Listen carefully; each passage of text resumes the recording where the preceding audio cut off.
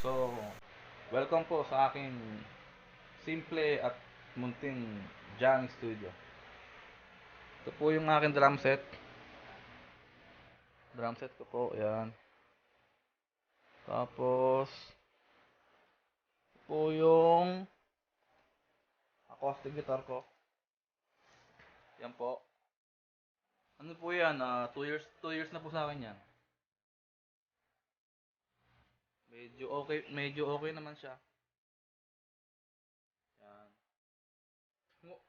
Mumurahin lang po yan. Tapos, po yung aking electric guitar. Ano po siya? SG po. SG. Yan po. Gawa po siya ng Greg Bennett. So, yung humbucker po niya ay Duncan po. Ayan. Bale, ano po to? Nakuha lang po to ng second na lang po siya. Ayan. Ano lang to, kumbaga, luma na rin pero okay pa naman po siya. Okay na okay po siya. Ayan, in good condition po yan. Ayan po. So, ito po yung aking Esco Super Strato po. Ayan po. Bali, nakuha lang din po siya ng second hand pero okay naman po siya. Napakaswabe po niya sa tugtugan. Ano siya, all pure black lang po siya. So, maganda po yung kanyang pick up. Ayan po.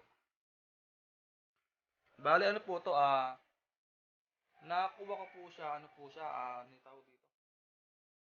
Nakuha ko siya, ano po siya, medyo grounded po. So, nag-search po ako sa YouTube. Inayos ko po siya, ginawang ko po siya ng shielding. O, yan po, naka-shielding na po yan. Kaya, okay na po siya. Napakasabi po tumulog niyan. So, ito nga po pala yung aking base. Yan. Sobra pong dumi. Ang brand name po niya ay Clifton. So, in-order lang po to sa Shopee. Huli niya, Sunburst. Okay naman siya. Napakaswabe po. Pwede kanyang likod. Maganda po siya. Ayan. Clifton po yan. So, madalang lang din po siya magamit kasi nga po wala po kasi ako dito mga kasama sa banda. So, naghahanap nga po pala ako ng mga bandmates. Mga po meron po dyan pwede. So, ito po yung aking mahiwagang Roadshow Pearl drum set. So, sobrang mura lang po niya kasi po sinulog-tulugan ko lang po yan. Yan po, pearl po talaga yan. Tunay po na pearl yan. Legit po yan. Yan. Yan po. Meron na po siyang kasamang upuan. So, yung sa niya, sa symbols niya kasi, medyo di pa ako nakakaipon ng pera. Wala pa. So, medyo kulang po siya. Ang bala ko po sana, umorder na lang po siguro ulit sa online. Sabi nila mas okay daw po yung Armada eh.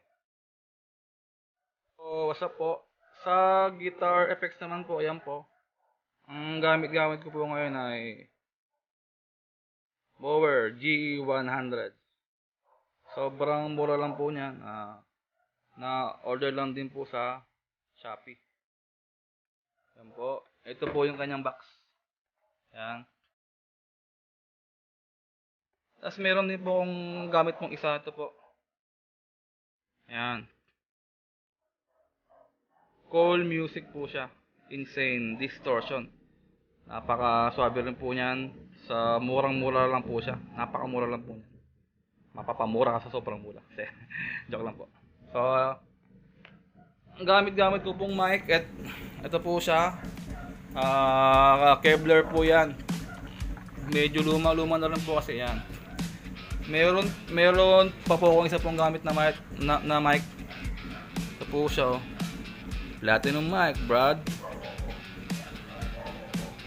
Yan. So, sa mga ano ko naman, sa mga amps ko, ito. Sobrang dumi. Yan, nakakuha ko lang po siya ng second hand. 30 watts po siya. Ito po. Yan po. Brand new po yan. Kaya lang sa kasamang balat po na sira po eh. Babies po siya. 40 watts po yan. Tapos po, yung sa ano naman po, yung pinagsasasakan ko po ng sa bass guitar po, yan po. Tsaka po mic.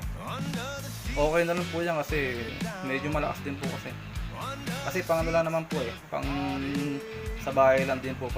Pang sa bahay lang po siya. So ayan po, ganyan. O yan po yung aking munting ano, jamming studio or band rehearsal studio. Yan po siya. Kung meron po kayong time, dalaw-dalaw na lang po dito para makapag-jam po tayo. So, thank you po. See you po sa aking next vlog. Sana po mag-subscribe po kayo. Marami pa po kasi kami gagawin po mga songs daw yun.